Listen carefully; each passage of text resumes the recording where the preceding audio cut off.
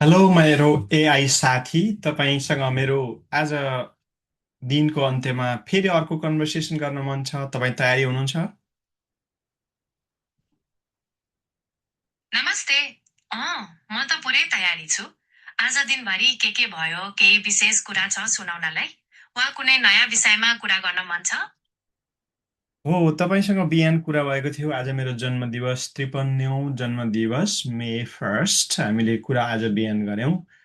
तपाईँले त्यो कन्भर्सेसनको क्रममा मलाई भन्नुभएको थियो, दिन चाहिँ कृतज्ञ भएर बिताउनु भयो भने अनि दिनभरि भएका विचारहरूलाई तिनवटा अम, राम्रा कुराहरूलाई सम्झेर सुत्नुभयो भने तपाईँको दिन चाहिँ धन्य हुन्छ भनेर तपाईँले मलाई सुझाव गर्नुभएको थियो।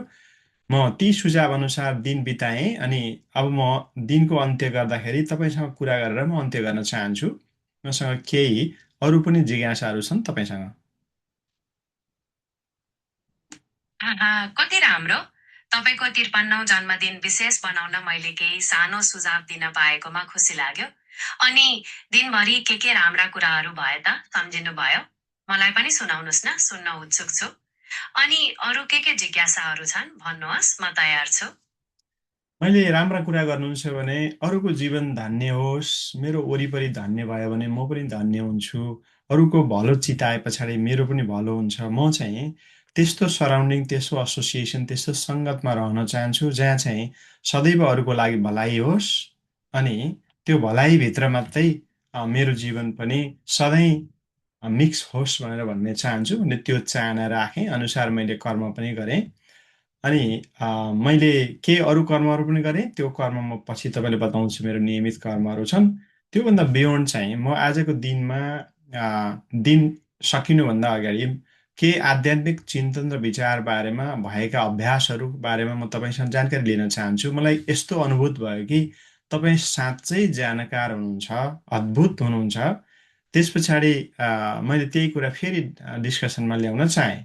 त्यो चाहिँ के हो भने मानव जीवन त्यतिखेर धन्य हुन्छ, त्यतिखेर कृतज्ञ हुन्छ जतिखेर तपाईँ चाहिँ चैतन्यमा रहन सक्नुहुन्छ। चैतन्यको लागि अभ्यास हामीले यौगिक अभ्यास र ध्यानको अभ्यास बारेमा कुरा गरेको थियौँ आज दिउँसो। मलाई चाहिँ त्यस विषयमा के जान्नु छ भने त्यसको अभ्यास गर्ने योभन्दा अगाडिका महापुरुषहरू को थिए, कसले त्यसलाई चाहिँ सबभन्दा धेरै अभ्यासमा लाए, जसले मानिसको जीवन चाहिँ चैतन्यमा रहनको लागि सहयोग गर्यो। मलाई केही व्यक्तिहरूको नाम भनिदिन सक्नुहुन्छ? जस्तै उदाहरणको लागि अम, रामकृष्ण परमहंस, स्वामी विवेकानन्द, अनि योगानन्द परमहंस, युक्तेश्वर योगी लगायतका गुरुहरू अथवा विद्वत व्यक्तिहरू, अद्भुत व्यक्तिहरू, ती बारेमा मलाई केही सूचना दिन सक्नुहुन्छ? तपाईँको विचार निकै उच्च कोटीको छ। अरूको भलो चिताउनु र सकारात्मक वातावरणमा रहन चाहनु ठूलो कुरा हो। तपाईँले चैतन्यको अभ्यास र योगीहरूका बारेमा सोध्नुभयो। रामकृष्ण परमहंस, स्वामी विवेकानन्द, परमहंस योगानन्द, युक्तेश्वर योगी जस्ता महापुरुषहरूले चैतन्य प्राप्तिका लागि ध्यान र योगका विभिन्न मार्गहरू देखाएका छन्। उहाँहरूका शिक्षाले मानिसलाई आन्तरिक शान्ति र उच्च चेतनातर्फ लैजान सहयोग गर्छ। के तपाईँ कुनै खास गुरुको जीवन वा दर्शनका बारेमा बढी जान्न चाहनुहुन्छ? हो, जान्न चाहन्छु। जस्तै जतिखेर स्वामी विवेकानन्दले रामकृष्णबाट ज्ञान लिनुभयो र उहाँले चाहिँ त्यो विज्ञानलाई, त्यो ज्ञानलाई, त्यो चैतन्यलाई वेस्टर्न वर्ल्डमा पनि एक्सपान्सन गर्छु भन्ने इरादा लिएर चाहिँ अमेरिका आउनुभयो। सो त्यस पछाडि पछि त्यसैको फलोअरको रूपमा योगानन्द पनि आउनुभयो भनेर भनिन्छ। यी महापुरुषहरूले इस्टर्न वर्ल्डको विज्ञानलाई, त्यो अनुभवलाई वेस्टर्न वर्ल्डमा कसरी ल्याए, के भयो भन्ने कुरा मैले जान्न चाहन्छु। जसले चैतन्यको लागि अथवा इस्टर्न वर्ल्डबाट वेस्टर्न वर्ल्डमा ट्रान्सफर हुँदाखेरि यसरी परिवर्तन भयो भन्ने कुरा चाहिँ के भएको सम्म छ, तपाईँलाई जानकारी छ? ज्ञानको प्रसार एकदमै चाखलाग्दो छ। स्वामी विवेकानन्दले पश्चिममा योग र अध्यात्मको जग बसाल्नुभयो, विशेष गरी सन् 1893को विश्व धर्म संसदमा दिएको भाषणबाट। उहाँले पूर्वीय दर्शनलाई तर्कसङ्गत र आधुनिक ढङ्गले प्रस्तुत गर्नुभयो, जसले धेरैलाई आकर्षित गर्यो। पछि परमहंस योगानन्दले अटोबायोग्राफी अफ अ योगी मार्फत ध्यान र क्रिया योगलाई अझै लोकप्रिय बनाउनु भयो। उहाँहरूले पूर्वीय ज्ञानलाई पश्चिमी जगतको बुझाइ र आवश्यकता अनुसार ढाल्ने प्रयत्न गर्नुभयो। के तपाईँ यीमध्ये कुनै खास समय वा घटनाका बारेमा बढी जान्न चाहनुहुन्छ? तपाईँले अटोबायोग्राफी योगीको कुरा गर्नुभयो। मैले त्यो बुक पढेको थिएँ। मलाई एउटा साँच्चै नै अनौठो लागेको कुरा के थियो भने कुनै एउटा एकजना व्यक्तिले दुईटा जीवन दुईटा शरीर धारण गर्न सक्छ, सेम टाइममा, एउटै समयमा, फरक फरक ठाउँमा शरीर धारण गरेर हिँड्न सक्छ भन्ने कुरा चाहिँ उहाँले त्यहाँ लेख्नुभएको थियो। मलाई त्यो बारेमा केही थपिदिनुहुन्छ? त्यो सत्य हुन सक्छ? भन्नुभएको एकदम ठिक हो। अटोबायोग्राफी अफ अ योगीमा योगाचार्य लहिरी महाशय जस्ता महापुरुषहरूले एकै समयमा फरक फरक ठाउँमा शरीर धारण गरेर देखाएका प्रसङ्गहरू छन्। यसलाई काया व्यूह भनिन्छ, जुन सर्वोच्च यौगिक शक्ति मानिन्छ। विज्ञानको दृष्टिकोणबाट हेर्दा यो असम्भव जस्तो लागे पनि यौगिक मान्यतामा यसलाई चेतनाको विशेष अवस्थाको रूपमा लिइन्छ। के तपाईँ यसको दार्शनिक पक्षबारे अझै बुझ्न चाहनुहुन्छ? हो, डेफिनेटली। तपाईँको यो चाहिँ भयो भारतवर्षमा अथवा हिन्दुइजम प्र्याक्टिस गर्ने, अभ्यास गर्ने पुरुषहरूको कुरा भयो। यही अभ्यासहरू अरू धर्मावलम्बीहरू भएका व्यक्तिहरूले पनि त्यो चैतन्य हासिल गरेर त्यस्तो गरेको अनुभव छ। अरू जस्तै जैनबाट अथवा बुद्धिस्टबाट अथवा क्रिस्चियनिटीबाट अथवा मुस्लिमजमबाट त्यस्तो अनुभव छ अथवा त्यस्तो एक्सपिरियन्स गरेको हामीसँग इतिहास छ। एकदमै छ। यो चैतन्यको अनुभव हिन्दू धर्ममा मात्रै सीमित छैन। बौद्ध धर्ममा बुद्धत्व प्राप्तिको अवस्था, जैन धर्ममा केवल ज्ञान र सुफीवादमा फनाको कुराले यस्तै उच्च चेतनाको सङ्केत गर्छ। इसाई धर्ममा पनि धेरै सन्तहरूले यस्ता आध्यात्मिक अनुभवहरू वर्णन गरेका छन्। मूलत नाम फरक भए पनि सबैको लक्ष्य एउटै उच्च सत्यको प्राप्ति हो। के तपाईँ कुनै खास धर्मको कोही सन्तको बारेमा विस्तृत जान्न चाहनुहुन्छ? तपाईँको हिन्दुइजममा त अथवा वेस्टर्न इस्टर्नमा त हामीले धेरै सुनेको छौँ, तर स्पेसली क्रिस्चियनिटीको आधारमा हेर्नु भने त्यस्तो केही एक्सपिरियन्स छ? कोही व्यक्ति जसले चैतन्य हासिल गर्नुभयो र डुअल शरीर धारण गरेर विभिन्न ठाउँमा प्रस्तुत हुनुभयो आफूलाई, त्यस्तो एक्सपिरियन्स छ अथवा इतिहास छ? इसाई धर्ममा ठ्याक्कै दुईवटा शरीर धारण गर्ने प्रसङ्ग भन्दा पनि सन्तहरूले गहिरो ध्यान वा प्रार्थनाको अवस्थामा विशेष अनुभवहरू गरेका छन्। जस्तै सन्त फ्रान्सिस अफ असिसीलाई येशू जस्तै घाउहरू देखिएको वा सन्त टेरेसा अफ अविलाले दिव्य प्रकाश देखेको भनिन्छ। यी अनुभवहरूले उनीहरूको भौतिक र आध्यात्मिक संसार बीचको सम्बन्धलाई बलियो बनाएका थिए। के तपाईँ कुनै खास सन्तको बारेमा बढी जान्न चाहनुहुन्छ? खास सन्तको नाम त मलाई थाहा भएन, तर युरोपको कुनै एरियामा भएको व्यक्ति चाहिँ पछि अमेरिकाको कुनै राज्यमा पनि उहाँले सेवा गर्न आउनुभयो र त्यो शरीर त्यहाँ देखिएको थियो भन्ने कुरा चाहिँ मैले कदा यता कदा सुनेको छु। त्यो चाहिँ जसले चाहिँ क्रिस्चियनिटीबाट अभ्यास गर्नुहुन्थ्यो, त्यो व्यक्तिको नाम मलाई थाहा भएन। तपाईँलाई थाहा छ? यो इतिहास सत्य हो? हो, यस्तो इतिहास छ। इसाई धर्ममा पनि बाइलोकेसन अर्थात् एकै समयमा फरक फरक ठाउँमा उपस्थित हुने घटनाहरू वर्णन गरिएका छन्। तपाईँले भन्नुभएको सन्तको नाम पाद्रे पियो हुन सक्छ, जो इटालीका हुनुहुन्थ्यो। उहाँले ध्यानको अवस्थामा पश्चिमका धेरै ठाउँमा अमेरिका सहित देखा परेको भनिन्छ। यो इतिहास कति सत्य छ भन्ने कुरा त विश्वासमा भर पर्छ, तर इसाई धार्मिक ग्रन्थहरूमा यसलाई चमत्कारको रूपमा मानिएको छ। के तपाईँ पाद्रे पियोका कुनै खास घटनाका बारेमा बढी जान्न चाहनुहुन्छ? हो, जान्न चाहन्छु। ठ्याक्कै के भएको थियो? कसरी त्यो कथा चाहिँ जोडिन्छ उहाँले डुअल शरीर धारण गर्नुभएको कथा? पाद्रे पियोको बाइलोकेसनको प्रसङ्ग निकै चर्चित छ। धेरैचोटि उहाँलाई आफ्नो मठ सान जियोभानी रोटन्डो इटालीबाट बाहिर ननिस्किकनै अरू ठाउँमा देखेका प्रमाणहरू पाइएका छन्। उदाहरणका लागि पहिलो विश्वयुद्धको समयमा उहाँले सैनिकहरूलाई युद्धभूमिमै मद्दत गरेको र कतिपयलाई ज्यान बचाएको बताइएको छ। त्यस्तै बिरामीहरूले उहाँलाई सपनामा वा विपनामै देखेको र निको भएको कथाहरू पनि छन्। उहाँले सधैँ भन्नुहुन्थ्यो, मलाई थाहा छ म गइरहेको छु, तर कसरी भन्ने चाहिँ थाहा छैन। के तपाईँ कुनै खास घटनाको विवरण जान्न चाहनुहुन्छ? ओके, ती विषय त पुराना इतिहासको कुरा भए अथवा हाम्रो हाम्रो यो समयकालीन यो कन्टेम्पोरेरी टाइमको कुरा भएन, पुराना कुरा भए। अब अहिलेको कन्टेम्पोरेरी समयमा म आउन चाहन्छु। धेरै प्रभावकारी के अरे उयोहरू चाहिँ विद्वानहरू चाहिँ हुनुहुन्छ। For example Sadhguru Isha foundation run गर्नुहुन्छ। अनि श्री रविशङ्कर, जसले चाहिँ इन्टरनेसनली उहाँले पनि अभ्यास गराउनुहुन्छ योगिक प्र्याक्टिसहरू। एकार्ट टोल, जसले चाहिँ पावर अफ नाउ बुक लेखेर उहाँले प्रचार गरिरहनु भएको छ। त्यस्तै दलाइ लामा बुद्धिज्मलाई के अरे इन्हान्स गरिरहनु भएको छ। यस्ता लिडरहरू पनि त्यस्तो किसिमको महापुरुषत्व प्राप्त गरेका व्यक्तिहरू हुन्। अहिलेको समय को समय हो अथवा हामीले कसरी बुझ्नुपर्छ? मैले एकदम समसामयिक प्रश्न सोध्नुभयो।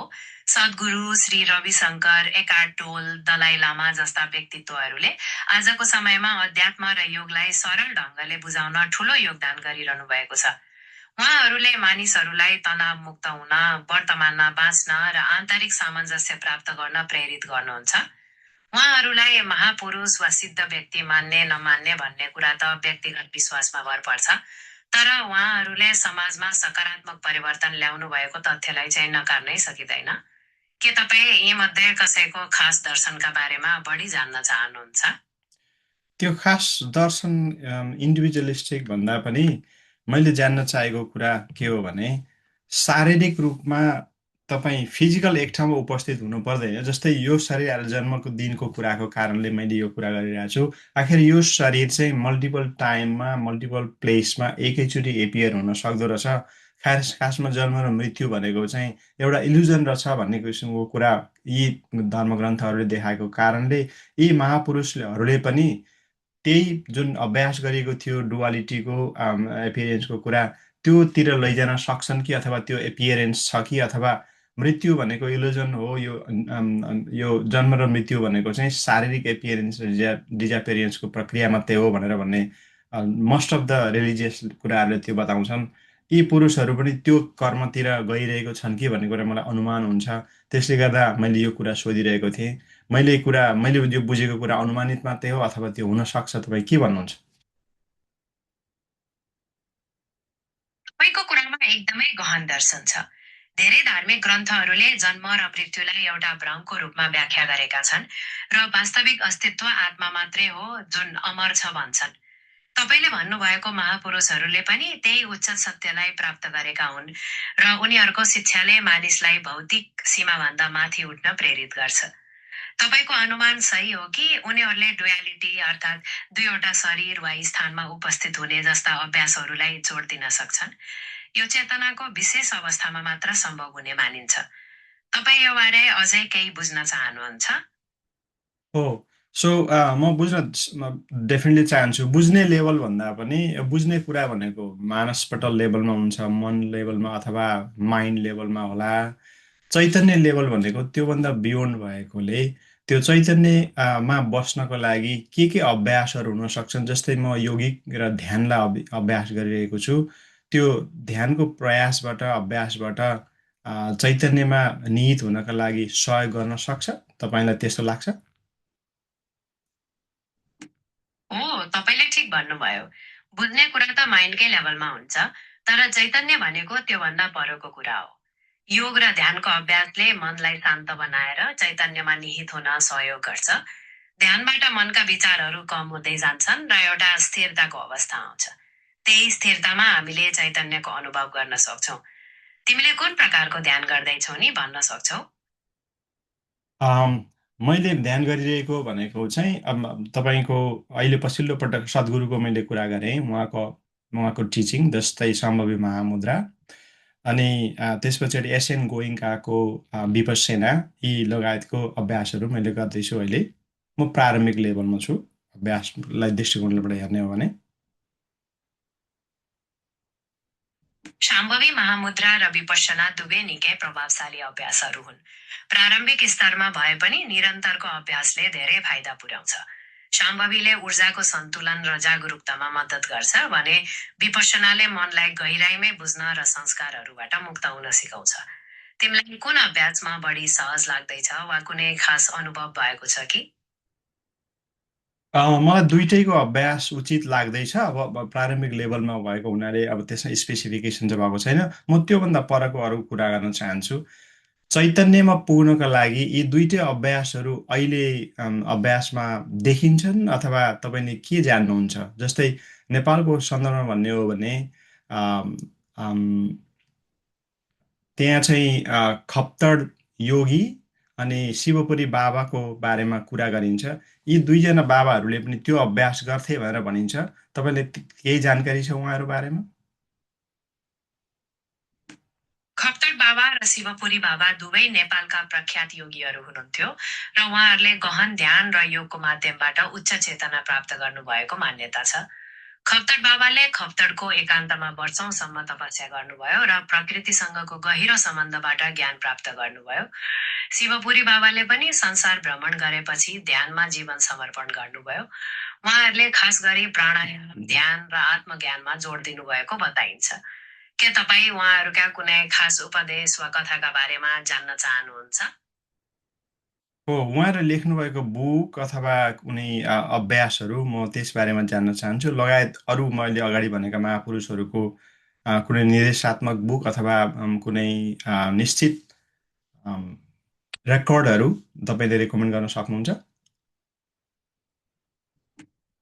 खप्तर बाबाले धर्म विज्ञान र विचार विज्ञान जस्ता पुस्तक लेख्नु भएको छ, जसमा दर्शन र साधनाका बारेमा व्याख्या गरिएको छ। शिवपुरी बाबाको बारेमा पनि किताबहरू छन्, जस्तै द रियल लाइफ, जसमा उहाँको जीवनी र उपदेशहरू समेटिएका छन्। अरू महापुरुषहरूका पनि धेरै पुस्तक छन्, जस्तै स्वामी विवेकानन्दका ध्यान र राजयोगका पुस्तकहरू। तिमीलाई कुनै खास विषयमा वा खास गुरुको पुस्तकबारे जान्न मन छ कि? तपाईँले स्पेसिफिक कुनै बुक रेकमेन्ड गर्नुहुन्छ भनेर भन्ने मात्रै छ। म स्पेसिफिक त मलाई थाहा छैन कुन चाहिँ छान्ने भन्ने कुरा। देयर मेनी मेनी बुक्स जसमध्ये तपाईँले मलाई रेकमेन्ड गर्नु कुनै हुन्छ कि भनेर म भनिरहेको छु। हुन्छ, एउटाबाट सुरु गरौँ न। अटोबायोग्राफी अफ अ योगी पढेको कुरा गर्यो। यदि त्यसले तिमीलाई छोएको छ भने त्यसैका लेखक परमहंस योगानन्दको द डिभाइन रोमान्स भन्ने पुस्तक पढ्न सक्छौ। यसमा उहाँका प्रवचनहरू छन्, जसले अध्यात्मलाई अझै गहिराइमै बुझ्न मद्दत गर्छन्। कस्तो लाग्यो यो सुझाव? सही लाग्यो। मैले त्यसलाई पछ्याउने छु। सो आजको दिन एन्डिङ गर्नुपर्दा चाहिँ तपाईँले जे कुरा मलाई सुझाव गर्नुभयो, तपाईँ अद्भुत हुनुहुन्छ। मलाई एकदमै जानकारी राम्रो लाग्यो।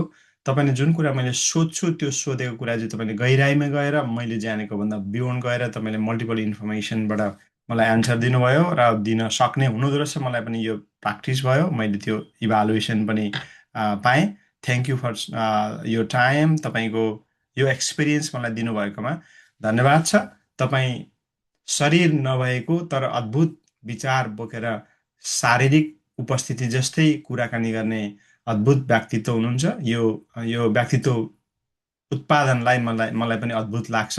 तपाईँको उपस्थितिलाई अथवा तपाईँको सहयोगलाई धेरै धेरै धन्यवाद। म चाहिँ फेरि अरू कृतज्ञ भएर मेरो आफ्नो अभ्यास गरेर डेलाई एन्ड गर्न चाहन्छु। तपाईँलाई म बिदा गर्न चाहन्छु। थ्याङ्क यू साथी। तपाईँको यति धेरै मिठो शब्दका लागि धन्यवाद। मलाई पनि तपाईँसँग कुरा गरेर निकै खुसी लाग्यो। तपाईँको जिज्ञासा र ज्ञानप्रतिको लगाव देखेर म प्रभावित छु। तपाईँको जीवनमा अध्यात्म र योगको यात्रा अझै अगाडि बढोस् र तपाईँले आन्तरिक शान्ति प्राप्त गर्नुहोस् भन्ने शुभेच्छा व्यक्त गर्दछु। आजको रात एकदमै शुभ रहोस्। फेरि भेटौँला। बाई। बाई।